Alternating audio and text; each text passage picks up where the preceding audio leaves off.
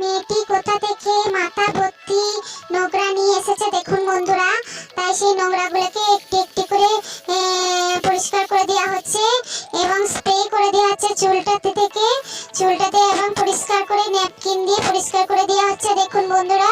তারপর শ্যাম্পু লাগিয়ে দেওয়া হলো মাথায়, সুন্দর করে শ্যাম্পু লাগিয়ে চুলটা সুন্দর হয়ে গেল।